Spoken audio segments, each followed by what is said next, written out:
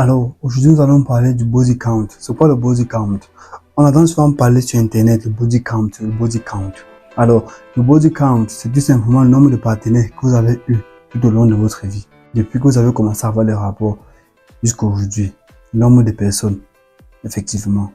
On va parler du body count chez un homme. Les gens pensent toujours que quand le body count d'un homme est élevé, c'est un inconvénient pour lui. Non. Chez un homme, le body count, quand c'est élevé, c'est un avantage. Ça veut pas dire qu'il est attirant, qu'il est intéressant en quelque sorte. Et les filles aiment bien celui qui a un body count plus élevé. Le plus souvent, ce sont les bad boys. Et on sait tous que les filles sont attirées par les bad boys. Quand une fille rencontre une personne ou un homme qui a un body count élevé, elle a l'impression qu'il est plus intéressant, qu'il est plus souhaité. Raison pour laquelle elle aimerait qu'il la choisisse. Parce que c'est très bien que cet homme-là est désiré par les femmes. Elle aimerait bien que la seule qui choisira sera elle. C'est pourquoi les femmes aiment bien un homme qui a le body count élevé. Par moment, elles penseraient même que le body count là, ça fait de lui-même un bad boy. Et c'est encore plus attirant. Parce que c'est plus facile d'échanger un bad boy en homme bien que d'échanger un homme bien en bad boy. Vous voyez un peu ce que je veux par là dire. Alors, parlons du body count d'une femme.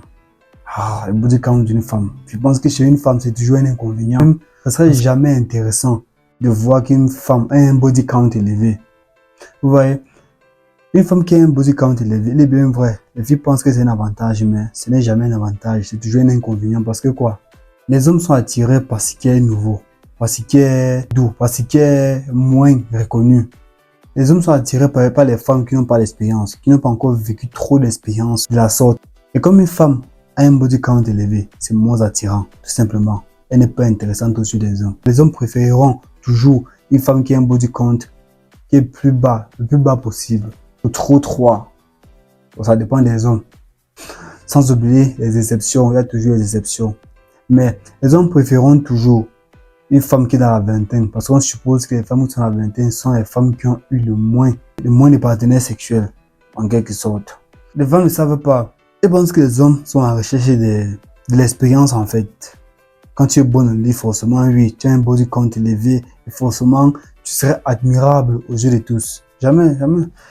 C'est pas ça, ne faites plus l'erreur. Le body count est toujours négatif chez la femme, est toujours un inconvénient chez la femme. Par contre, le body count élevé chez l'homme est un avantage. Parce qu'elle préférera toujours celui qui est désiré et qui la choisira elle. Vous voyez un peu la différence qui se joue. Les femmes ne savent pas que l'homme et la femme, ça n'a rien à y voir. Un homme qui a le plus de partenaires est considéré comme un superman. Par contre, une fille qui a le plus de partenaires est considérée comme une PUTE. Tu vois un peu comme on se comprend. C'est la raison pour laquelle ça cause confusion à un moment donné.